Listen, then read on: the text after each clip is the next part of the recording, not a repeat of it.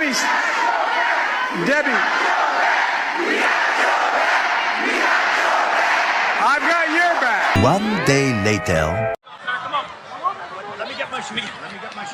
Somebody get my hair so I can go. Wait. Where my do-rag at? Okay. Fight! Idiots. You with Trump? You with me. I'm supposed to feel sorry for that bitch. I don't. You got knocked the out, man.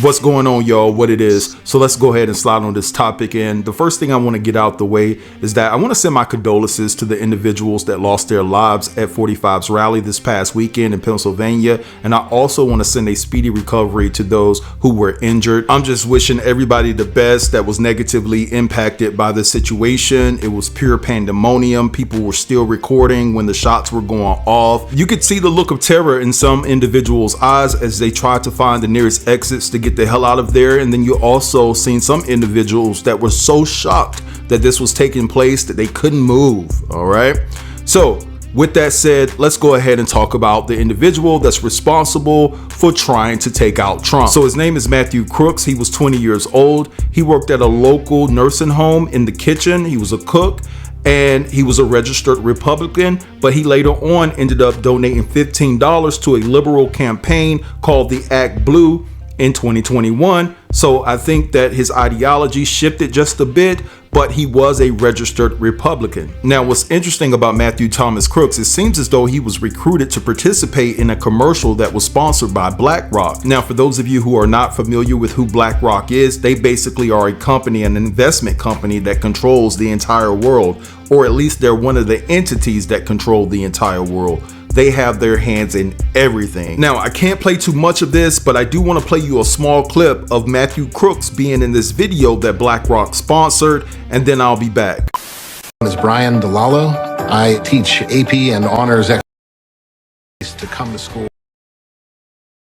Now, as you guys can clearly see, that is Matthew Crooks in a commercial that's being sponsored by BlackRock, and I find that to be particularly odd, especially when you take into account the events that transpired this weekend. I don't want to go so far to say that he was handpicked or selected, but something is off about this. And you also have to look at the fact that BlackRock controls these politicians. They are really heavy in the game. They control a lot of what goes on in America. Now, I know a lot of people are afraid to talk about this situation, but it's just absolute fact. Now, let me say why a lot of people feel that this particular event was staged. And it's based off of the fact that no matter what the polls are telling you guys, do not believe what you see. Because 45 is not beating Biden at this present moment. They want you to think he is, but he's not. And so what I think, just like a lot of other individuals, is that the fact that all of this stuff is about to hit the fan about Jeffrey Dentine. Okay, I'm paraphrasing here. You guys can read between the lines. And so with careful and formidable research that a lot of people started to do in regards to 45's connections to Jeffrey Dentine, a lot of people discovered that there were some payouts that were made behind the scenes to alleged SA victims of 45. Now, this information is about to rock the airwaves, and 45 knows that it's coming. And so he needs to change the narrative around him. And so a lot of people believe that this event was staged so that 45 could garner some type of sympathy. Listen, you guys saw the clip at the beginning of this video where he's asking for his shoes. Really?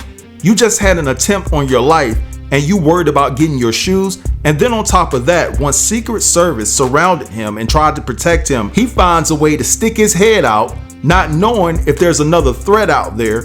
He's fully exposed. And you mean to tell me that Secret Service would allow him to do that? I don't think so. But he made sure to get his photo up and pump his fist in the air talking about fight. Now, in saying all of this, I do want to remain respectful to all of the victims that were involved, but I just have to say this: at 45 and the powers that be came up with this whole plan and staged this event to where a person got deleted because they're trying to garner sympathy and empathy to potentially win the presidential election. This is a new sick low. a new sick low. But anyway, what I want to do right here, guys, is I want to play you all a series of clips of people talking about how they think that this event was staged. And I want you guys to particularly pay attention to the first video that I'm about to play you all. I want you to read it. I want you to pause and read and look at the ages of the alleged SA victims of 45, the payouts and the settlements that were made to these victims behind the scenes, right? I'm telling you guys, it's imperative that you really read the first clip that you're about to see. Now, in these clips, they're going to be talking about BlackRock. They're going to be discussing, the fact that they felt like this was all a staged event. You're going to also hear some about Project 2025. There's so much going on with that, and I'm still working on that video. That's going to be a separate video. But the one thing that was effed up in the contents of Project 2025 is that they're saying that they're going to try to eliminate, or they're going to eliminate, school lunches. Now, what's crazy about school lunches, right? And I know people will say school lunch, that has nothing to do with what they're trying to take away from women. And I get that. It's on another level. I get that fact. But what I'm saying is they called the fact that they're going to take lunches away from children, children that their parents depend on that lunch to try to get them to dinner, because you have people struggling, trying to make ends meet and put food on the table. They have labeled free lunch as being a sense of entitlement. Isn't that wild? A sense of entitlement to get free lunch? That is crazy for all the struggling families out there. You're going to snatch that away from them. But anyway, guys, check out these clips.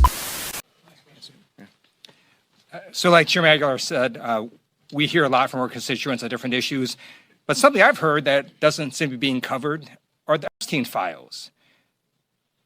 These files were released, and like Donald Trump's sort of all over this, right? There are pictures of him with Jeffrey Epstein. He's taken multiple plane flights with Epstein, with young girls on board. He is on call logs with Epstein. One of the highest trending hashtags on Twitter right now is about Trump and Epstein. I'm not going to repeat the hashtag because we're in a dignified setting. But yeah, y'all might want to look at that because that's highly disturbing. And again, it shows that Donald Trump is unfit for office. And by the way, he was convicted in a civilian court for assault, convicted in a separate court of 34 felonies. Donald Trump should drop out of the race. I'm a former military man myself, so I know a little bit about security. Let me explain something to you about this situation and just how curious it is. Okay? Curious is the word I'm going to use. Maybe even interesting. These events are organized, they're structured, they're planned days in advance. There are no pop-up rallies. No. They are highly coordinated events between law enforcement and Secret Service agents. They'll get to the area, they'll scope it out, find all the hot spots, whether the clear lines of sight, the perch positions. They'll never allow open windows or anything like that. They learned all this from the Kennedy days. That's why you don't have assassination attempts that often at rallies, ever really, because they learned a lot from the Kennedy days. And so what they'll do is they'll scope the area out. In fact, they'll look at all the hot spots. They'll look at all the perch positions, rooftops especially. They don't even like rooftops. But what's curious about this situation is the very position the shooter was in, they would have 2 or 3 agents in full battle rattle, security personnel up on that position. Yes, you heard me. The very position that shooter was on. That's very curious to me. Let's talk a little bit more about this shooter. This shooter had all the right conditions for them. Thank goodness they did not succeed. But let's just talk about the situation they were in. They had a perfect elevated position, clear line of sight. He had a tripod, a scope. He even had good weather. Folks, that don't happen. That don't just happen. Just like, when Tom Brady said he didn't know nothing about the footballs and Bill Belichick knew that they didn't know nothing about the footballs, the Patriots, that several years ago. Troy Aikman came on TV and said, as a star quarterback, NFL quarterback, Hall of Fame, he said that just doesn't happen, folks. That kind of thing just doesn't happen. Now there are videos of clear audio. I didn't say edited audio. I didn't say staged audio. I said this is clear audio at the time. And there are 2 things happening when they hurl him off the stage. One, Secret Service does something that's very curious. They pause and let him get his shoe. That wouldn't have happened, folks. No way, no how. They could care less about what articles of clothing you lose. They will slam you to the floor like a rag doll and then pile on top of you and drive you out of there in the lowest profile possible in 5 to 7 seconds. That's actually how they're trained to do it. And the second thing is they will never let you wait and pause for a photo and rear your head. That would never happen, folks. Never, never, never. So just think about that. Very, very curious. I'm not suggesting this, but some would suggest and have said that Trump is a master at changing media narratives, changing the subject, garnering the attention. In this case, loads and loads of sympathy from public officials and leaders around the world. It's pretty good. It's pretty good. God bless. And let me also say this.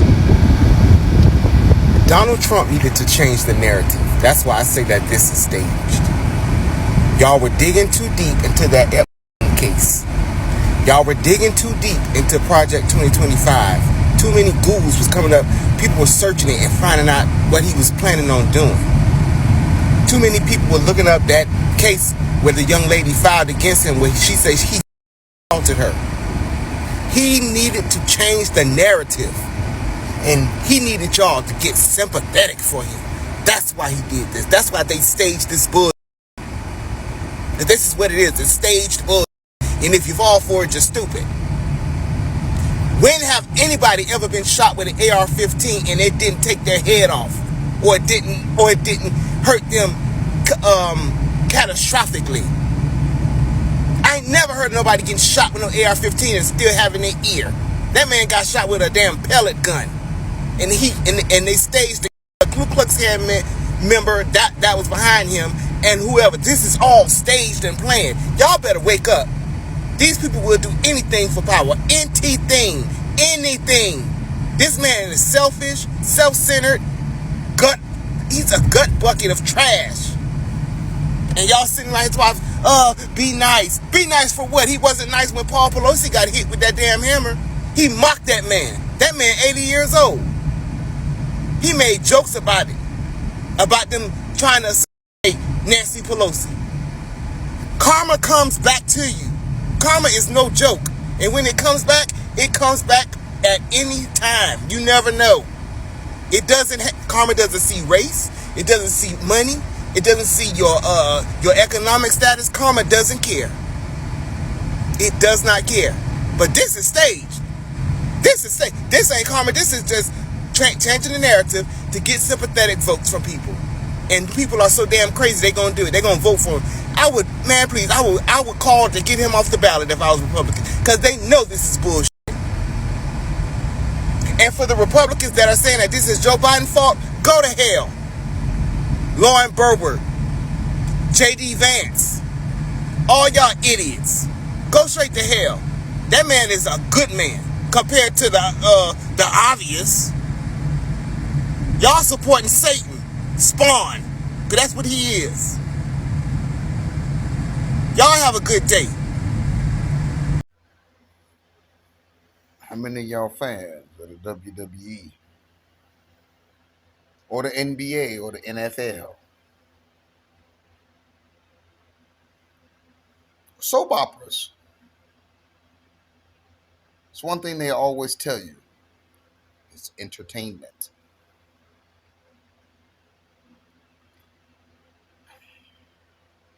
Everybody being played to the left.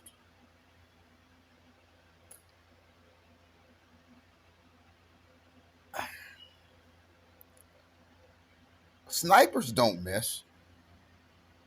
If you gonna wax a president, sniper ain't gonna miss. You're gonna go get the best sniper in the world. How you got so much blood on your face and your ear, but not one drop is on the collar of your shirt?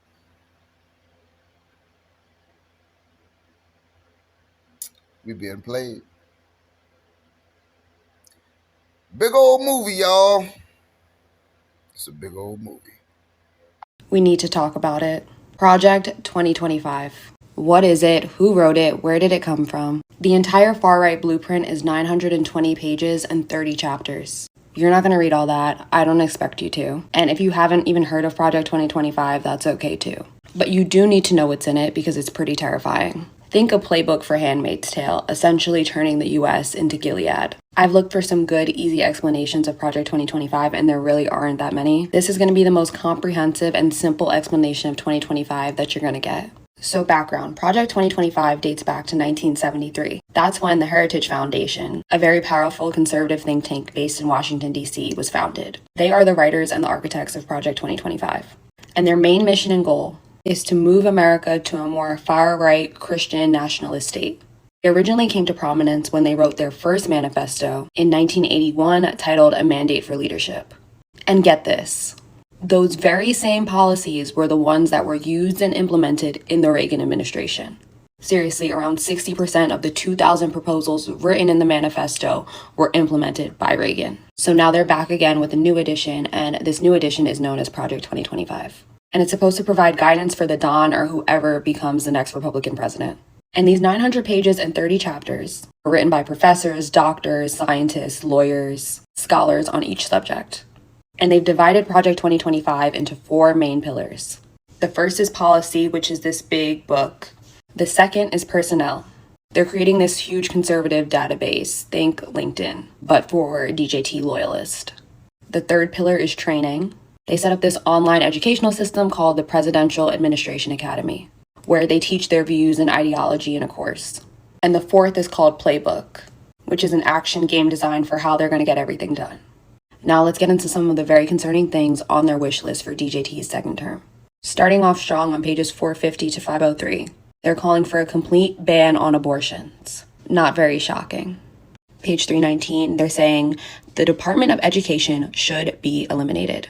And in addition to calling for its elimination, they state that any school that requires a vaccine or mask mandate will not receive federal funding. Page 482, eliminate the Head Start program. Page 675, calling for the elimination of NOAA and the National Weather Service. Because these organizations, and I quote, have become one of the main drivers of climate change alarm industry and as such is harmful to the future U.S. prosperity. Page 133, they call for the complete dismantling of the Department of Homeland Security. In addition, they argue for the elimination of the FBI along with the Department of Justice.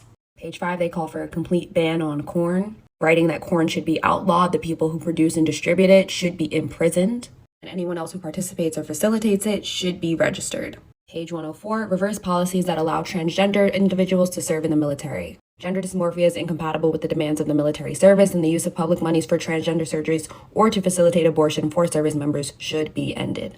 And there's so much more, including the possibility of ending birthright citizenship, banning African American and gender studies in all levels of education, calling for an ending of any DEI programs, getting rid of gay marriage, ending the Affordable Care Act, and it also calls for the mass deportation of immigrants and proposes a plan to round up illegal migrants and lock them up and put them in camps. But perhaps one of the most troubling and well thought out plans is the move to reclassify federal workers under what is known as Schedule F. Now, I'm going to get a little HR heavy, but please stick with me because it's so important. Now, there are 2 types of federal employees. The first group are merit-based workers. These are career positions. These people have earned them through going to school, getting work experience. They're either considered experts or they could be a part of the support staff. These people are hired because they know their stuff. Think an engineer at NASA or a scientist at the FDA. And their federal jobs have protections. Now, the other class are at-will or appointed workers. These employees tend to serve at the pleasure of the president or the administration, which basically means they can be fired or replaced at any time. To put it all in context, there are about 2 million of the first class of merit-based employees and only about 4,000 political appointed ones. Under this new plan of Schedule F, they'd reclassify a bunch of the regular civil servants into political appointees. That way the Don can replace them with loyalists.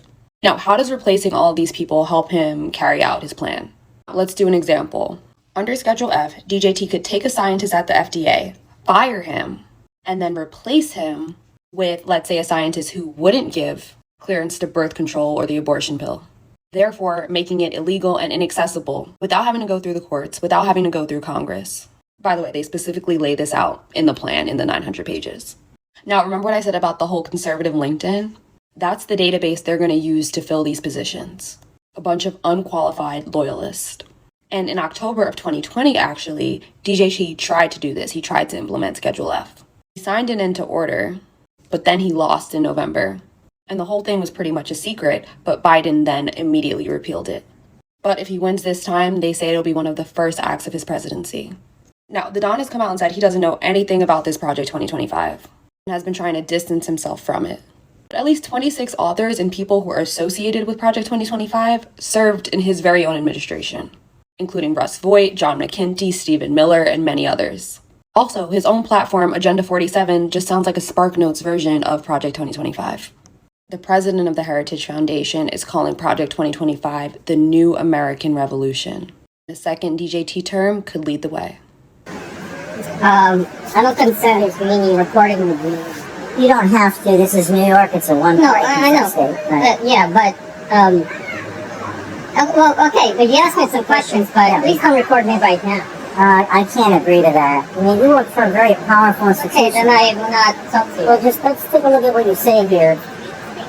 They buy politicians with big ton of money, you say? Like you can take this big ton of money, and then you can start to buy people. Ukraine is good for business. War is good for business. Ukraine is good for business. You know that, right? War is real good for business. My first question is, who have you bought? I haven't. I'm just, first to clarify that. I'm like a low ladder person. I'm like a nobody. I don't want to be interviewed in any way. Well, you've already been interviewed. How does BlackRock control the wallet of the president? BlackRock does not. That's what you said. Those are your words. It came out of your mouth. Sir, no, I did not say that. Yes, you did. Let me tell you, it's not who's the president. It's who's controlling the wallet. I'm a nobody. I'm literally a nobody. But you just said you didn't say the thing that you're on video saying. Yes, I did not say that BlackRock does that. Yes, you did. And who's that? The hedge funds, BlackRock, the banks. I'm a nobody. I'm literally a liar. You don't even know my position at this. I was trying to impress a person on a date by lying. Right, but Did you see my LinkedIn profile? Yeah, we sure did. We're putting it in the video. We're going to go after people who are bigger than you throughout BlackRock. You're just one of many. No, we're exposing. Yeah, just don't touch me, okay? Oh, no, I'm sorry. I'm not touching you. I'm trying to get through. Yeah. So why is it exciting, though? Why is it exciting? It's exciting when goes wrong, right? Tell me why war is exciting, right? Sir?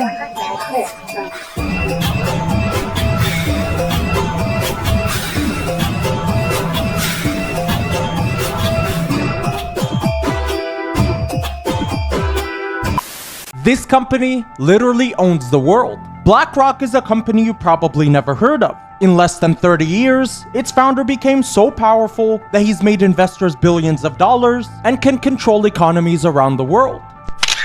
Larry Fink always wanted more than what he had. After studying political science in college, he got a job at a bank on Wall Street and by age 29, became the youngest director in the company's history. But after making a huge mistake, he lost his company $100 million and got fired. Although his reputation was ruined and no one would hire him, Fink was determined to make a comeback. So with the help of a friend from college, he started an investment company called BlackRock. Fast forward to today, BlackRock manages $10 trillion in assets and owns most of the major banks, pharmaceutical companies, and even mainstream media. And while some believe that no company should have this much power, this goes to show that the quietest person in any room is usually the most powerful one.